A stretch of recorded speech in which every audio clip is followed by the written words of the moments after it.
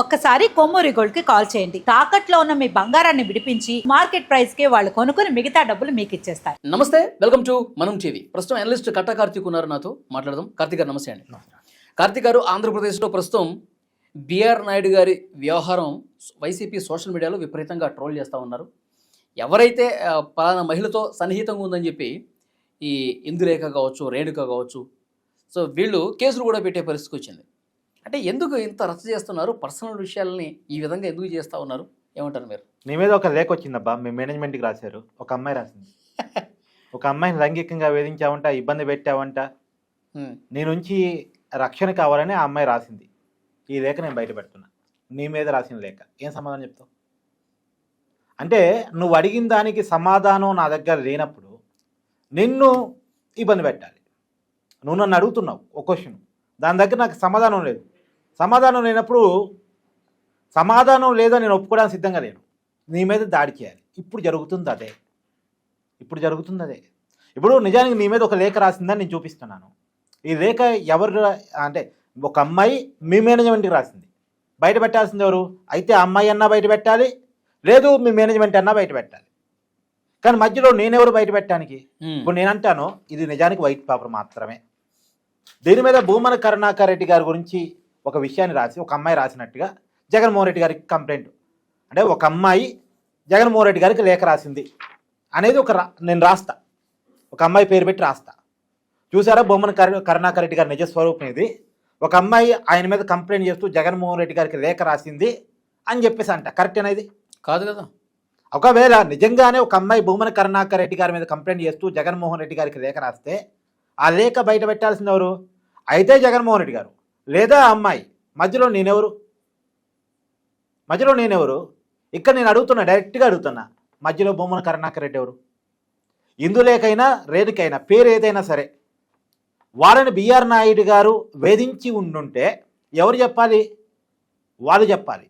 ఒకవేళ వాళ్ళు చంద్రబాబు నాయుడు గారికి లేఖ రాసి ఉండుంటే ఎవరు ఆ లేఖ బయట పెట్టాలి? చంద్రబాబు నాయుడు గారు బయట పెట్టాలి, లేదంటే రాసిన వాళ్ళు బయట పెట్టాలి. వీళ్ళెవరూ కాకుండా భూమన కరుణాకర్ రెడ్డి చేతికి ఆ లెటర్ ఎట్లా వచ్చింది? అసలు ఆ లెటర్ క్రియేట్ చేయబడిందేమో. ఇప్పుడు నేను క్రియేట్ చేస్తానంటున్నాను కదా, భూమన కరుణాకర్ రెడ్డి గారి మీద ఒక అమ్మాయి కంప్లైంట్ రేజ్ చేసినట్టు అట్లా క్రియేట్ చేసిందేమో. క్రియేట్ చేసిందని నేను అనుమానం కూడా ఎందుకు పడుతున్నానంటే, ఇవాళ వరుసగా వైసీపీ సోషల్ మీడియా మీద కేసులు నమోదవుతున్నాయి. ఎవరి పేర్లు బయటకు తీసుకొచ్చి ఎవరిని విక్టిమ్లుగా చూపిస్తూ వీళ్ళు ఆరోపణలు చేస్తున్నారో ఆ విక్టిమ్లు అనబడేటువంటి మహిళలే వైసీపీ వాళ్ళ మీద కేసులు పెడుతున్నారు. నిజానికి వాళ్ళని వేధించింది బిఆర్ నాయుడు అయి ఉంటే వైసీపీ వాళ్ళ మీద ఎందుకు కేసులు పెడతారు? ఇలా భూమన కరుణాకర్ రెడ్డి మీద వైసీపీ సోషల్ మీడియా మీద వరుసగా కేసులు బుక్ అవుతున్నాయి. తెనాల్లో రేణుకా పెట్టారు, హైదరాబాద్లో ఇందులేఖ పెట్టారు.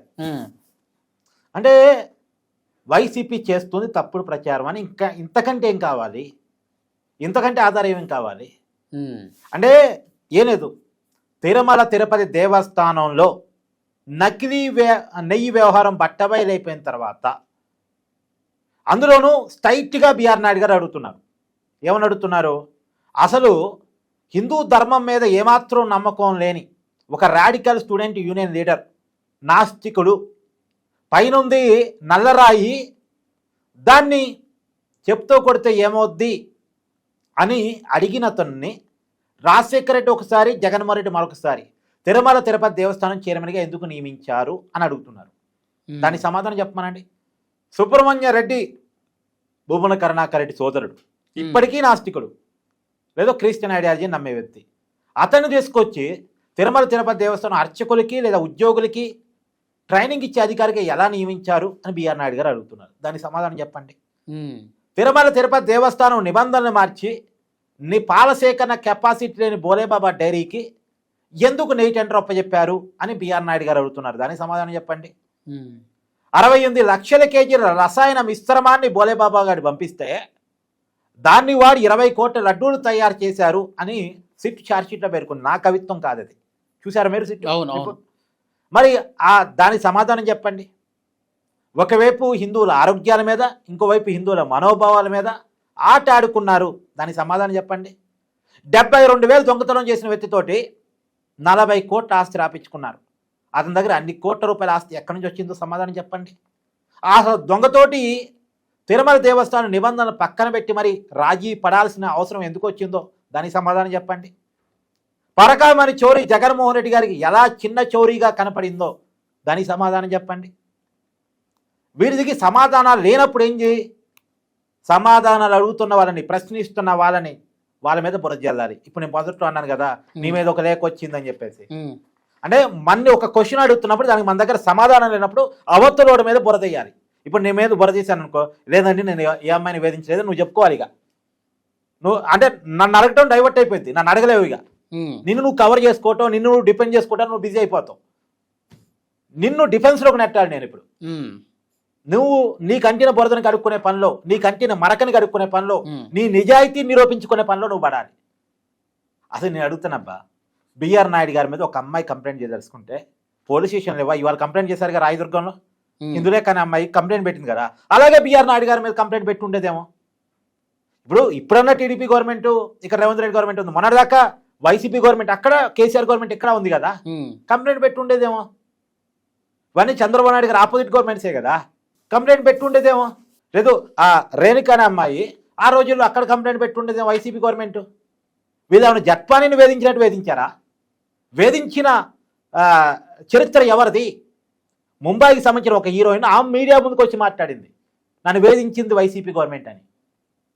స్వయంగా జగన్మోహన్ రెడ్డి గారు, ఆయన సలహాదారు సజ్జన రామకృష్ణారెడ్డి గారు, వాళ్ళ సూచనల మేరకు ఐపీఎస్ అధికారులు ముగ్గురు, విశాలగున్ని, కాంతిరానాడాట, సీతారామంజనేయులు, వాళ్ళు నన్ను వేధించారు అని చెప్పేసి ఒక మహిళ బయటకు వచ్చి మాట్లాడింది.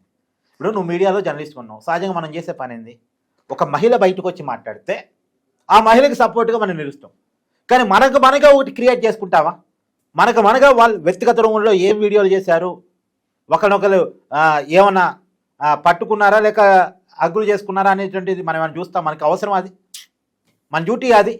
అంటే జర్నలిజానికి లేదు రాచరిక ఈజానికి, అంటే ఏమంటారు దాన్ని, డైవర్షన్స్కి మనం వేదిక కాదు. జర్నలిజానికి ఒక సూత్రం ఉంది, ఒక ఫండమెంటాలిటీ ఉంది.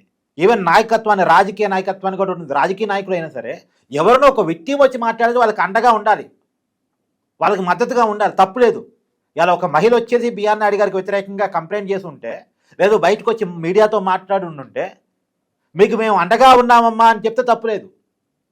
ఇప్పుడు జనసేన ఎమ్మెల్యే మీద ఒక మహిళ ఎవరో వచ్చే మాట్లాడారు కదా, వైసీపీ సపోర్ట్ పలికింది కదా, తప్పులేదు. అలా ఒక మహిళ బయటకు వచ్చి మాట్లాడినప్పుడు ఆమెకు అండగా ఉంటామని అంటానో తప్పులేదు. కానీ ఇక్కడ ఒక మహిళ లేదు, ఒక లేఖ లేదు, ఒక కంప్లైంట్ లేదు, వీధిగా ఒకటి క్రియేట్ చేసి ఒక స్టోరీ అల్లేసి బయట సమాజంలో రుద్దుతున్నారు. ఎందుకు రుద్దుతున్నారు అంటే సమాధానం లేక.